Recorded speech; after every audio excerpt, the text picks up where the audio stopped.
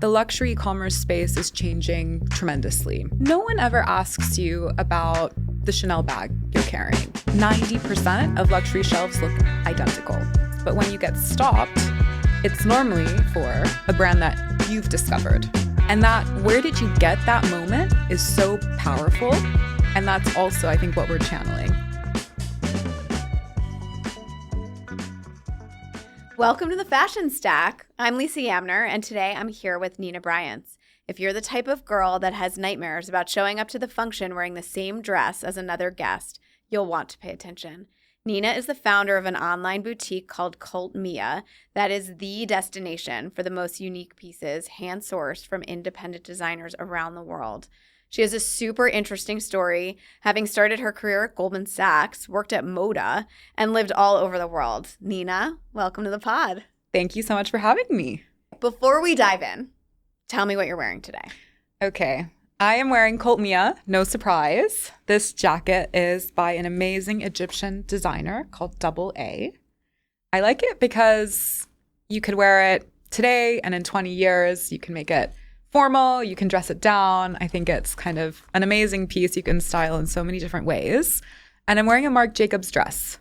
And I think this is how I like to dress. I mix known brands and unknown brands. I think that's the cool modern way to shop. How about you? Very cool. Well, I think you got the memo on the black and white for today. I actually am wearing, this skirt is Rue Sophie.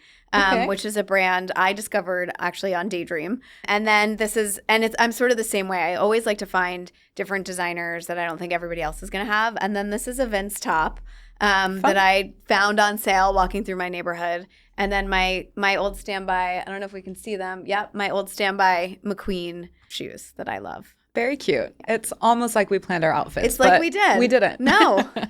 Not this time, but maybe next time we will. You look amazing. So I'm always excited to find out about the new designers on Cult Mia. Thank you. But I did have a question about how you find your designers. Like, I feel like the magic of shopping is being able to find emerging designers. But how do you, as a business owner, find those designers? So in two ways. One is inbound. Last year, 1,000 designers applied to be listed on Cult Mia. So cool. And we picked the best 8%.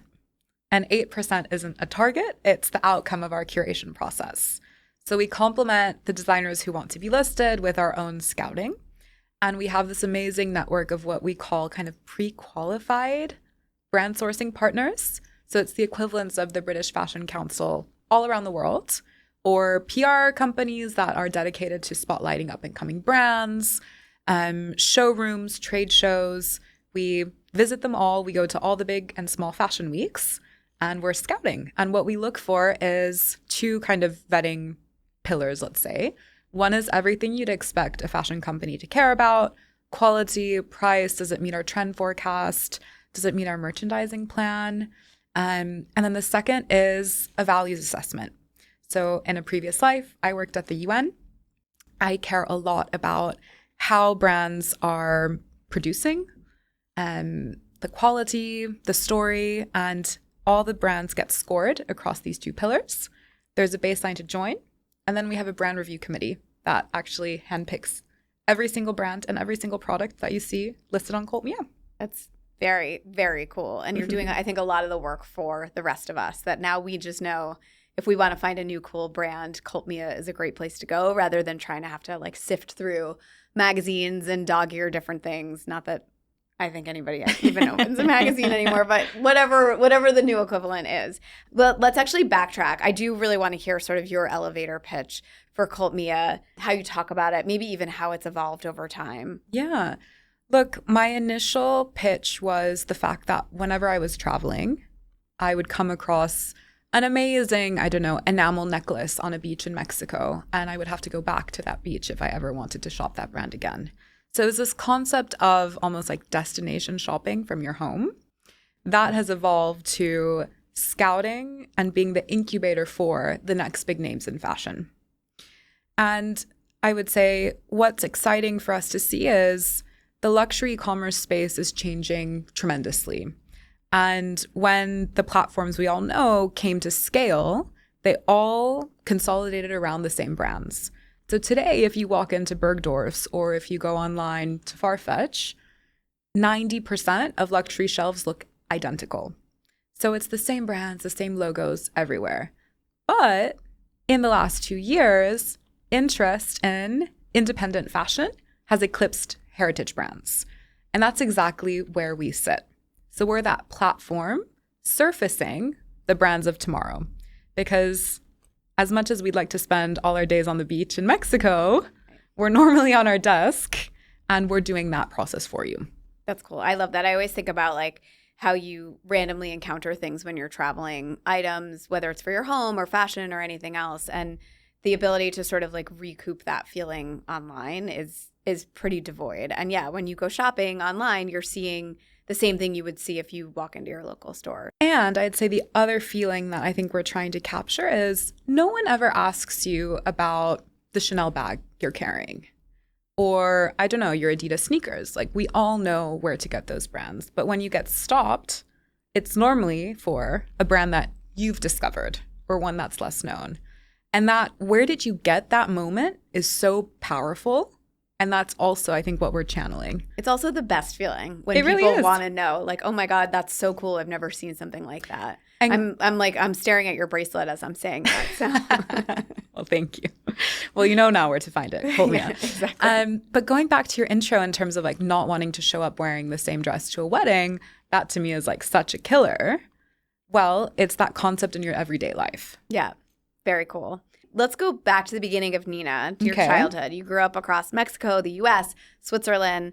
Give me a little bit about what that was like, but even more so how that's shaped your career and kind of how your relationship to fashion has changed as a result. Well, I would say I'm a bit of a global citizen in that sense where I feel Mexican heritage-wise, but when I go to Mexico, I feel quite foreign because I never lived in Mexico. I have a love for Europe because I spent some formative years in Switzerland. I feel so comfortable in the States. I went to college here, started working in the US, and I've been in London for the last decade. So I'd say I have found a love for not being the same as everyone else when it comes to fashion. I think because I moved around and because I was traveling a lot as a kid and with my family, I always had slightly different clothing to everyone else. I was the kid who in high school, when we had a uniform, pushed for the student body to vote for 1 day of free dress a month so that you could show up in your clothes and have some kind of self-expression. So I'd say there's always been this theme of not wanting everyone to look the same. And I've brought that mission to Cult Mia because when I look around, I feel like we're all fed the same algorithm and everyone is starting to look the same, but no one actually wants to. Right. So I think we need this kind of innovation and originality brought back into the fashion system. And I think the answer does lie in surfacing independent brands. You said algorithm, which makes me think of, it was about a year ago you recorded a podcast where the question was around AI and how it's going to affect fashion. And you made a statement then that you said you thought AI was going to help people dress in a more unique manner. So sort of feeding more into how we think people want to show up and what Cult Mia is really doing for people. It's a year later. AI has gone through lots of twists and turns and has continued to, I think, take over in a lot of different businesses. What do you think about your prediction now? Would you say the same? I think I'm right and I'm wrong at the same time. I think I'm right because the more you lean into AI, the more it's leveling the playing field for brands who maybe didn't have the visibility, marketing spend, awareness to be surfaced in the same way. So for that, I do think it is going to solve that kind of uniqueness problem in many ways. But if you stay at that superficial level, you will be fed what's kind of top trending, high selling, and we're not really cracking the sameness problem yet. Yeah. So yes and no, but I think with time, we'll hopefully trend more in the direction of my prediction. Yeah, it's an interesting question. I tend to agree with you. I think part of it is we're just not there yet. And it's so early. There's just so much buzz around AI, but I think it's really so early to see how it's going to affect us. The truth is some people aren't comfortable taking real fashion risks. And so maybe they never want to, like that they're sort of okay staying within that. And if the AI tool of choice can start to understand you're someone who wants to push the envelope, so I'm going to show you this Egyptian designer that you've maybe never heard of, versus you're somebody who shows up at a corporate bank every day and like you're much more comfortable staying in theory. And so we're going to keep showing you, more of sort of like what you already know and like. So I think that to me is what gets really interesting, is when your AI understands who you are and the ways that you want to dress. We all, in different ways, need some kind of shopping companion. And maybe that shopping companion will give you more confidence to be a little bit more playful. Or maybe it will help you kind of make faster, easier decisions. But it will be really exciting to see what will happen in a year from now. I think we'll be in a completely different place with how quickly everything's moving. I hope so. I mean, my real hope is that it figures out a way to like sort of both save shoppers and the industry, right? I think there's real problems with how people shop and what it's doing to the industry, what it's doing to the environment, and all of those other things. And I think it's exciting to see if we can crack this sort of like efficiency code of really helping people shop better and smarter, what it'll do sort of globally, both for the industry and the rainforests. Completely agree. Let's talk about your career journey from Goldman to UBS to the UN to Moda Operandi and now founding Cult Mia. What do you feel like you learned along the way? Maybe what did each stop kind of teach you? And what do you feel like you picked up from each of those that you might want to tell somebody else about? Look, I think when I was graduating from college, I didn't see a clear path into fashion, although I always loved fashion personally. I felt like I either had to be a banker or a consultant or something along those lines. So I went into finance first, and I think it was an amazing school in terms of analytical thinking. Everything finance teaches you, more than anything, like long hours and working really, really hard, right, which I still do. But it gave me a front row seat to how some of the biggest consumer businesses came to scale and understanding the fundamentals that made them tick. So I got to work on Uber, Snapchat, Spotify. All of those tech companies were on the cusp of IPOs, and I sat in the private placements team working on their last round of funding before they went public. So cool. Very cool, very interesting, and it gave me a lot of energy to one day build an enormous business. From there, I'd say the UN was a completely different world, a completely different pace. Let me take a little step back. So I joined the UN through the International Trade Center, and I sat in a team called Women in Trade. So there we were helping women-owned micro-enterprises scale. So I went from the biggest companies ever to tiny businesses. So then I got to understand like what small business problems are and the challenges to scaling. And specifically, I got exposed to fashion businesses. There were over 30 million independent fashion brands around the world. That's insane. A huge amount. They had all the creativity and all that talent and all that cultural richness, but most lacked the commercial, operational, and marketing know-how to really come to scale. And more than anything, they're not VC backable businesses normally. Right. So there was this big opportunity to spotlight and lift up these designers and these creators and these craftsmen. And then when I did my MBA in London, I worked at Moda Operandi during business school. And I spent about a year there doing kind of strategy consultancy type work. I saw something quite interesting, and this was now back in 2017. So almost a decade ago. If only. Time is so much has happened. Time warp. Yeah. A decade ago. Moda is a beautiful business, a beautiful brand. They were surfacing a few designers you hadn't heard of who were selling as well as some of the big brands out there. And I thought this is really interesting. Luxury shoppers are now starting to gravitate towards the discovery of brands. Mm-hmm. That trend has only accelerated since, right? The rise of kind of the non-logos is now here. Especially in the last 2 years, I think we've seen luxury prices keep going up, up, up. Quality and experience hasn't changed. People are either being priced out or they're asking more questions around value. So there's a change in perception around luxury, but I think also luxury is being redefined, right? Because to me, the new definition of luxury is being the first to discover something truly original, not being someone who wears the same logos as everyone else. So I'd say I've been on a journey. I've lived many different lives. Each has been an interesting light bulb moment behind Cult Mia. And now I've been able to bring them all together, running a business that I think has become more relevant than ever. And what have you not yet done at Cult Mia that you really want to do? Ooh, I think there's a lot more we can do on the B2B side. We focused a bit more on the B2C side to get the marketplace up and running. But going back to my time at the UN, normally the types of brands we work with need support with a lot of different things.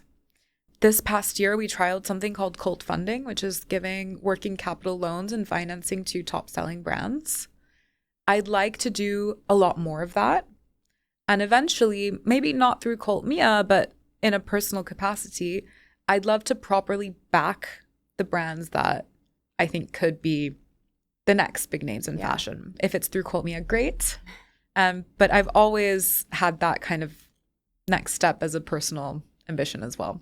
Well, Lord knows fashion needs it. So I feel like hopefully you can find those brands and figure out how to help them. Well, I have all the data, right? Like I have almost like insider information in terms of which brands are scaling quickly, what the forecast looks like for them in the next 3 years and who really we should double down on. Yeah.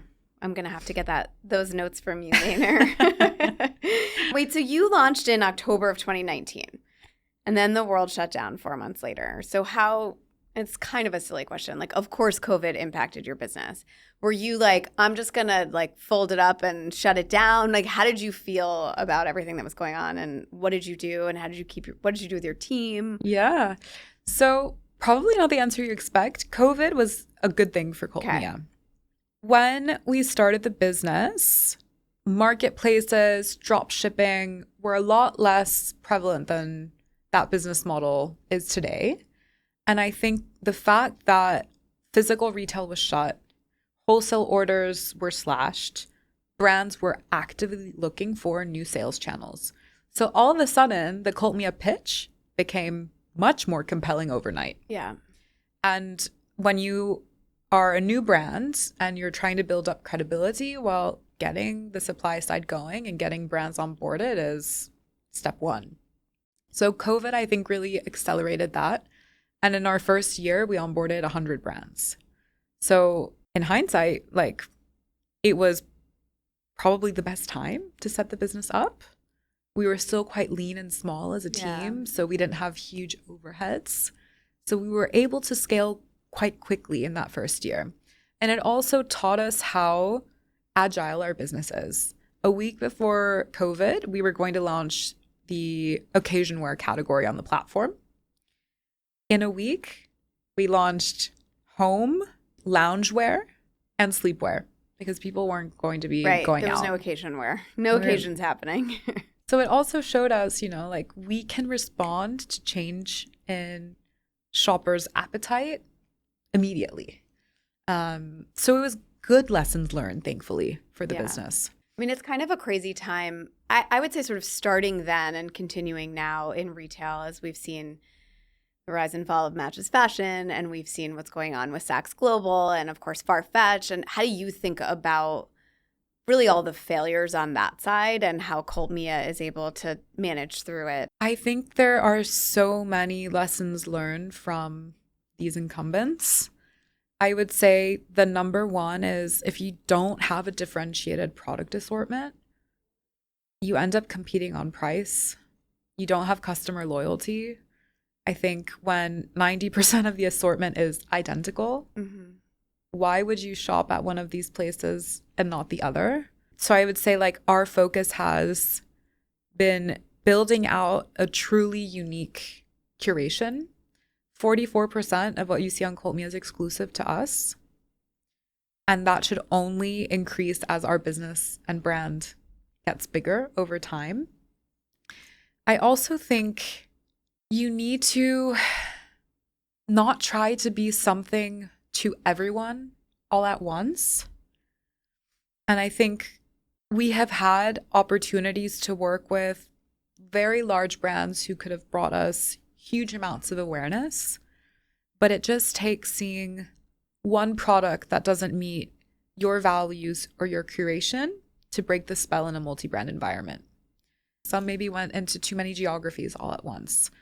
Some pivoted from their core business model, like the marketplace model was really strong.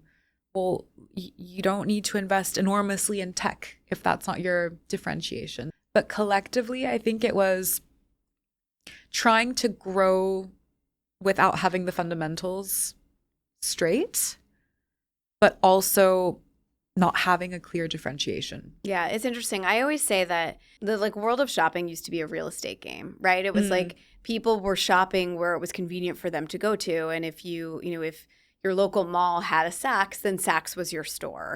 And then the brands inside Saks, it was where were they placed? What was their adjacency? And that was sort of how everyone became known. That is not the case anymore. And that's, I think it's one of the things that department stores have really not been able to pivot away from is understanding that it's not about the real estate anymore. So you don't have a physical space, so you have to think about marketing. You've said your most successful marketing is non-paid and through non-traditional partnerships. So can you give a specific example of one that worked and why? I think when we look at interesting ways to grow our business, we're trying to find brands and businesses that share our customer but don't compete with us in any way. Right. And so we have found a lot of success in the beauty space. There are at-home beauty businesses called, for example, Ruby in the UK and in the Middle East. We have done not just one, but many iterations around partnerships together. The exact same lady, whether it's co-hosting an event in person together, whether it's doing online activations, it's businesses that marry up to speaking to our customer from a unique point of view and meeting them in a way that's not saturated in their Instagram feed. So we've generally seen that work very well for us. And I'd say in addition to partnerships, by the way, our brands on the platform are huge marketing allies and big yeah, we get that. Exactly. Marketing partners for us as well. I think we've also seen a huge success in curating this amazing community that is genuinely excited to discover amazing, unique fashion. And that has drawn over 2,000 influencers working with us for zero compensation. Our cost per partnership is under £30 because influencers work with us just on a loan basis because they think the product is so special and so different. And by the way, Americans, that's $50. $50, yeah, pounds. Trying to be a global audience here. It's not just the Brits listening to Nina here. No, that's super helpful. My point there is just to say we're not paying influencers and ambassadors. They're coming to us. Stylists are coming to us. And I think having that special curation enables us to scale in a much more organic way and bring in the right voices to amplify us. Yeah. And I think actually what you said too is that you're thinking about the customer and where the customer is and sort of that she's not a myopic human who only wants one dress for one wedding that she's attending, but actually she has other likes and hobbies that might that other partnerships might appeal to. So beauty is a great example. Obviously, it always goes hand in hand with fashion. But I think it's really interesting to think about that and not just hitting her over the head in all of the traditional places. And I think there's so much more we can do in the partnership space when it comes to zooming out to a broader lifestyle. I'm going to shift gears a little bit. I feel like one of the things that a lot of people want to know from you is how do they get into fashion? So when you're looking at a resume or thinking about hiring, what's something that kind of stands out to you? What do you look for? How would I would say I have like a similar story in my non-traditional path to fashion where I didn't think working in fashion was going to be possible. I could love it and I could try to dress the part, but where was the job and how was I going to actually support myself? So I think it would be interesting to hear what stands out to you on a resume. Well, step one, I think like commitment.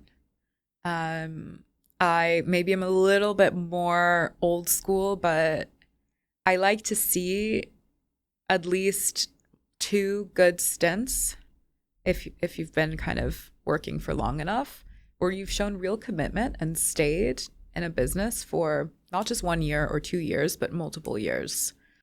That to me is like red flag number 1 when I see too many hops. I don't get blinded by hiring from companies who are directly in our sphere. I think what I'm looking much more for is, and I tell my team this all the time, is it's not just me as the founder, as the entrepreneur. Like everyone in the business at this stage in our journey needs to be an entrepreneur in their own right. And I want to see that grit and that hustle show up in different ways. And whether you did that in a SaaS business or you did that in Farfetch, I want to see that you've done it.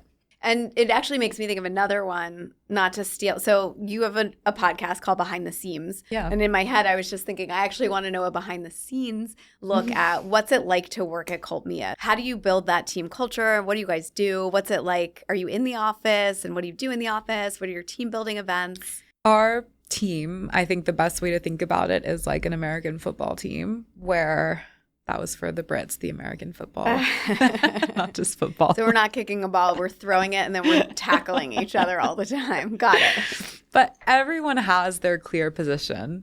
But we all very much have this insane love for the space that we're in.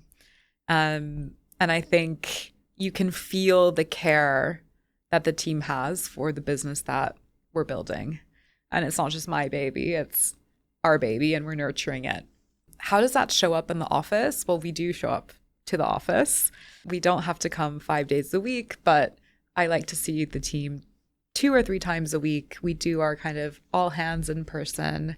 We have really fun monthly and quarterly kind of fashion related events.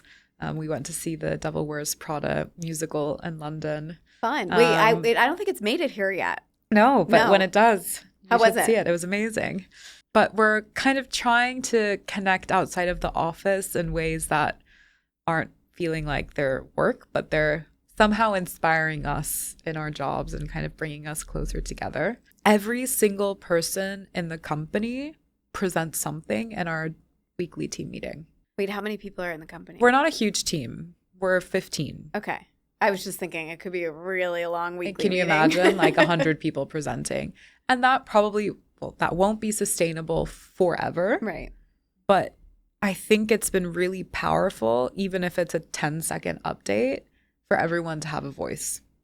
Do you have more women than men? We're 100% women. You're 100% women. I feel like that's so cool that you're giving every woman a voice. Unfortunately, I still think we have to like draw that out. Oftentimes women have more trouble talking. And so the fact that you're sort of giving everybody that practice in probably what feels like a safer environment. Absolutely. And everyone knows they can bring any idea to the team and to me, and I want them to. And so I hope over time as the company gets bigger, because we are hiring and the team will get bigger, that will continue as kind of the team expands and we don't have... It's funny. I always ask this question. Now I do it all the time. Is like, is the team in the company that you're building somewhere you'd want your daughter to work? And I was like, I think that's my new litmus test for how I think about it. Absolutely. And you have 2 children. I have 2. The older is a daughter. She's 2. And I have a little 7-month-old baby boy. I hope I still run Cult Mia by the time Isabella starts working, and she'll get her that internship. She'll get in. She'll have to work really hard for it.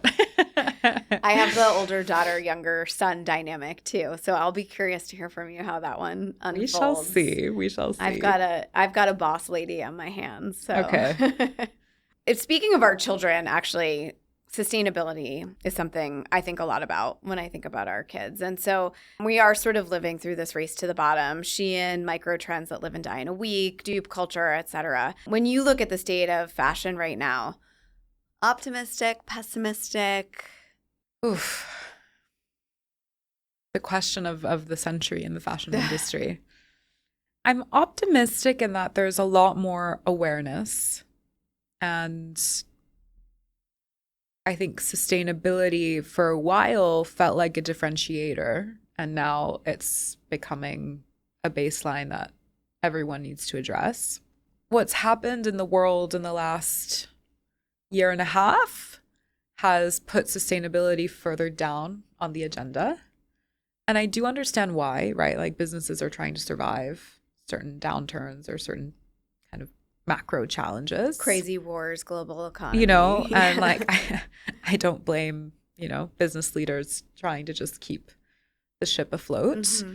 But I hope that doesn't, and why I'm slightly less optimistic is I just want to see once the world finds a little bit more stability, I hope sustainability kind of goes back up the ranking order of priorities, and that it wasn't more of this kind of, it shouldn't be a trend in the industry. Yeah, it feels like it was, doesn't it? It's like a little bit. 2 years ago, it was everyone's number one KPI and everybody was presenting about it.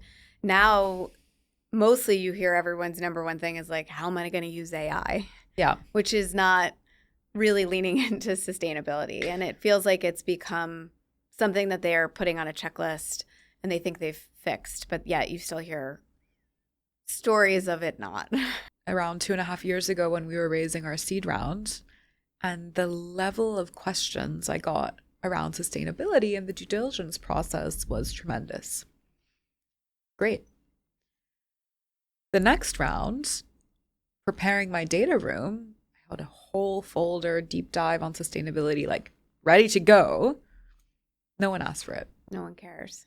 I doubt anyone opened it, That tells you so much. Is there work to be done at making sustainability more affordable? Like, it almost feels like that's the problem, right? Like you're saying you understand why people aren't focused on it because they're trying to keep the ship afloat. And it's like, if investors did care a few years ago about your sustainability play, isn't there some way we can reposition it to not be the thing that is like a losing money proposition? And you're right. Now all the questions were around AI, by the way. When I look at my business and we have a big sustainability angle, right? Like every brand that gets onboarded is vetted on the ESG front. And we say no to brands who aren't doing things well enough. And that doesn't mean they're doing everything perfectly. No one is. But that happens behind the scenes. What has to change is the customer caring more.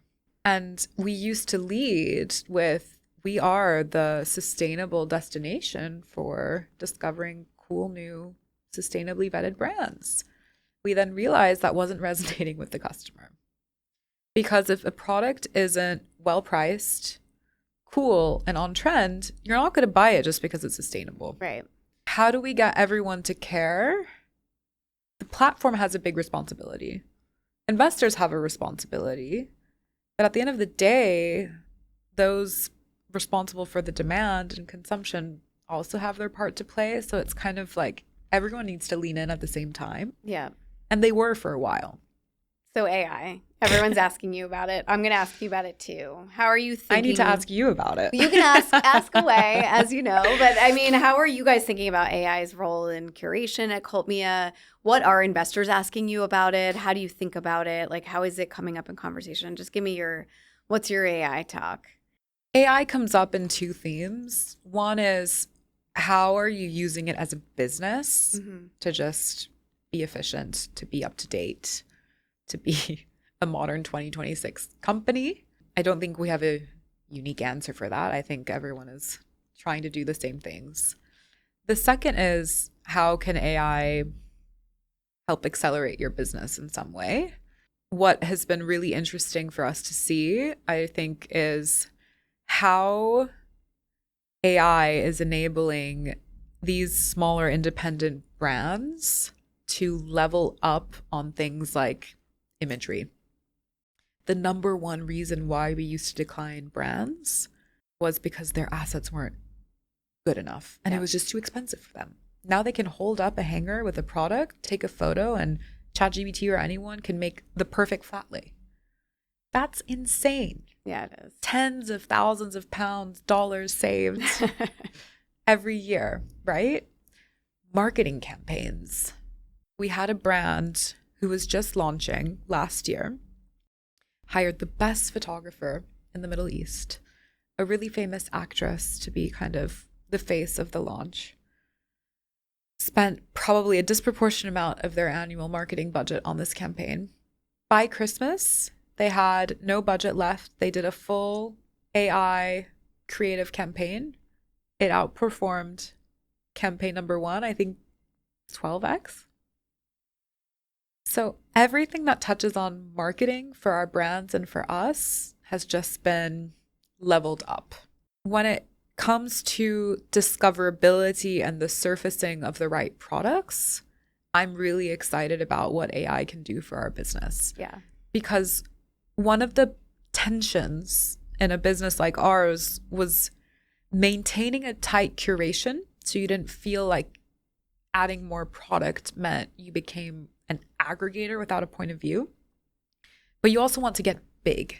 So you need to add more brands and products. Right. That kind of the right product recommendations, the right site merchandising. I mean, that was something that would either be highly manual or not personalized enough. So I think that is something that we're super excited about. And the cost savings across the board are tremendous. Yeah, I think that the discoverability piece, obviously, to me seems just like such an unlock. Like we were talking about the other department stores and all these other places where people shop, and it's so overwhelming. So even if they might have an emerging designer nestled in there that would be an awesome piece, you can't find it. No, it's lost. And so the ability to like really help the customer understand who she is and provide that. Like when I was at Google, we obviously had a lot of data on customers, but the only thing it was ever used for was this concept of remarketing, right? Like it's like, I know you looked at this, and so now we're going to show you that. And I think finally, hopefully, we're at the precipice of somewhere where we can use all of this data about the customer to help her. And then ultimately to help the brands, that we can provide all that information back to you, to other brands, to really help you understand what are consumers looking for, not just what are you putting in front of them, but what do they want, what do they need. So here's a fun one. What's the last thing you asked AI? Oh gosh, I feel like I would now prefer someone to look at my WhatsApp than my AI conversations. That's saying a lot. That is saying a lot, definitely. What is the last thing I asked? Trying to think. I'm going to have to check. Okay. I'm going to have to check. I was going to offer you mine, but now I can't think of what mine was either, but I'm thinking too. Tells you how much we use it. Uh-oh. I mean, it's not a very exciting one. I uploaded a photo of an espresso machine that I couldn't figure out how to open. And I got a step-by-step explanation of how to use the Nespresso Vertuo machine. There you go. Was it in your hotel room? Yes. That happens to me all the time. Yes. I was like, what is going on? I actually had a really funny one. I took my kids to get passport pictures over the weekend, and we went to the CVS beforehand to go get the passport pictures taken. Basically, the way CVS does it is they have this like old school digital camera that they take, and then they upload it to their little machine and they print it for you. I'm not sure why there has not been innovation in that step, but we'll get to that later.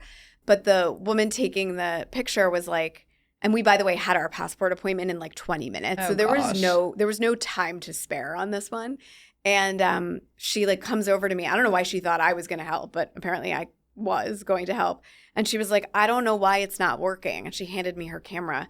And there was a little error message on there that my best guess was that it was in German. And I took a picture and I uploaded it to Claude. And I was like, why does this digital camera say that? Turned out it was a card reading error. All we had to do was like pop it out and put it back in. But it was like this was unsolvable a year ago, 2 years ago maybe. But this was literally just one of those things where I would have been like, I don't know, but I now need to go to a different photo store. Yeah, like, definitely your not camera is solvable in done. 20 minutes. That's for sure. No. I saw ChatGPT just rolled out the feature to take any photo and create it into a headshot. Yeah. I haven't tested it. I haven't either. Next time, maybe you won't even go to CVS. But maybe we won't. I know. Well, it was the printing that was right. I mean, and right. That we can't solve. U.S. passports are just there's a long way to go there. Yeah. Something for me to look forward to with my kids. Exactly. I mean, well, do your kids have passports yet? They have UK passports. Okay. I haven't done the U.S. passport yet. I need to.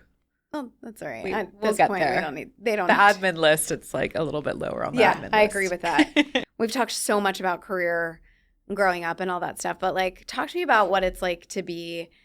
First of all, your life seems amazing, but also I would imagine the addition of 2 children has made it difficult. So like, what do you do for yourself? What are some like little moments that you're stealing away? And how do you kind of like stay sane as a really hardworking businesswoman who also still really cares about her role as a parent? Yeah. I think I've realized that some days I will be a better parent. Some days I will be a better CEO. I used to pressure myself a lot to try and do everything all at once. And I almost look at my life in spurts. And some weeks I'll have busier work weeks and I'll have to lean more into Cult Mia. Other times I get time back and I really kind of embrace the family side. But it's hard. I think mom guilt is a real thing. Mm-hmm. I do feel it often. My kids are very young, but I also know myself and I know that I love my business. I love what I'm building. And even if I wasn't at Cult Mia, I would want to be active professionally. And I think I bring my best self back to my family when I feel like the other plates are spinning as well. Yeah. But that's very personal to me. Yeah. And that's definitely not the case for everyone. And I think you have to figure out kind of how you want to build your life and what makes, it sounds cheesy, but what fills your cup, right? Yeah. In terms of getting me time, struggling a little bit on that one at the moment. I'd say it's probably a slightly less social time in my life. I kind of feel like I have plenty going on between the business and the family where my friends are like, hi. Yeah. And your friends probably are in a similar Where life stage you? too. But I think they understand. Yeah. And I think it is one of those kind of like all-in periods. Traveling for work like I am now in New York is a cheeky way to get time back. Yeah, even mom time. I know. But I'd say I'm still working on the perfect balance, if I'm honest with you. Yeah, I don't think there is a perfect balance. I mean, I think you said it really well. It's kind of understanding like the pieces that you need and not holding yourself up to this really impossible standard. And yeah, I think it was like Shonda Rhimes said, you can't be a perfect mom and a perfect, I think what she said was, if you're doing awesome at work, you're probably not doing awesome at home and vice versa. And you just have to own that. And I do think that's right. I think the concept of balance is deceiving and probably not what we really should be striving for even. And going back to your question or your point on, would my daughter want to work here? I also think like, would my daughter be proud of what I'm doing? And I think yes. Yeah. Does she understand it now at 2? No. Nope. But hopefully in the future she will. And she'll be like, amazing, my mom did this whilst looking after me whilst I was tiny. It's cool. I mean, I agree. I think my kids are a little older than yours. And there were a lot of tears when I would leave to go places.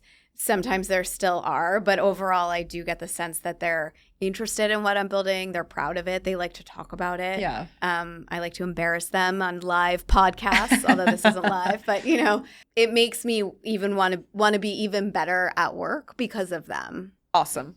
Yeah. I was snooping on your Instagram profile and I saw that you married your crush. Just say a little more. Give us a little love story here. Oh, my goodness. Well, Freddie, my husband, and I met at business school. A little bit of a cliche, like met my husband in the MBA. Your MRS degree. Yes, my MRS degree. It's also when I launched Cult Mia. Look, I think Freddie has been the biggest driver of building this business. He comes from a fashion and retail background. He fully encouraged me to do a fashion internship at Moda to get this business going when everyone else in my life was like, aren't you going to go back into private equity after business school?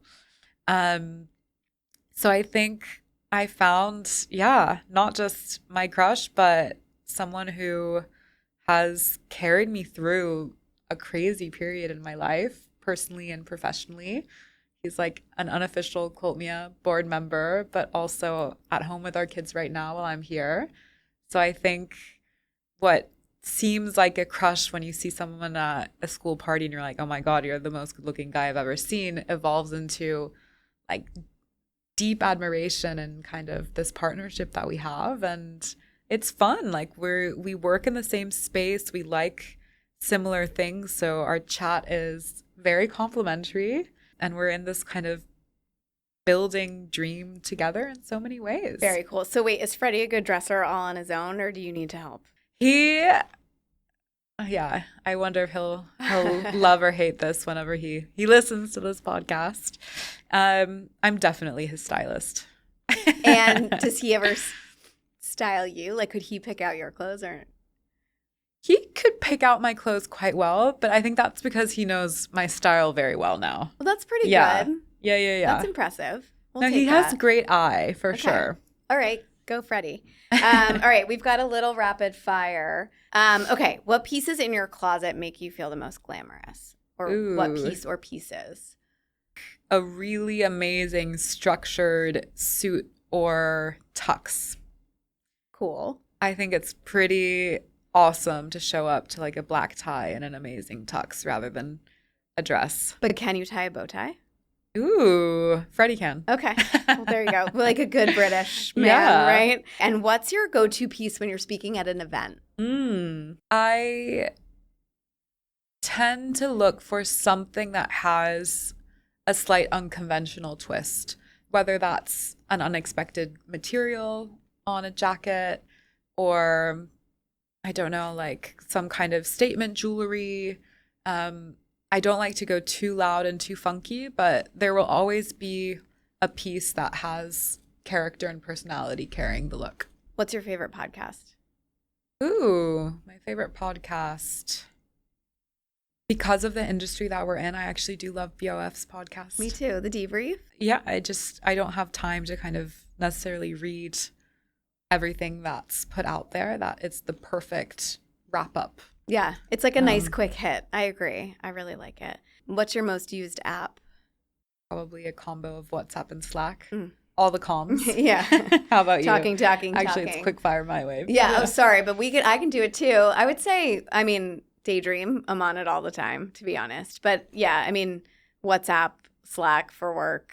My kids are still iMessage kids, so right there with back, them. Yeah. Career defining moment. Launching Goldman. Advice you'd give to your younger self. Trust your gut and your taste a lot sooner. Something you still really want to do. Live in Mexico. Okay. That was great. Thank you so much.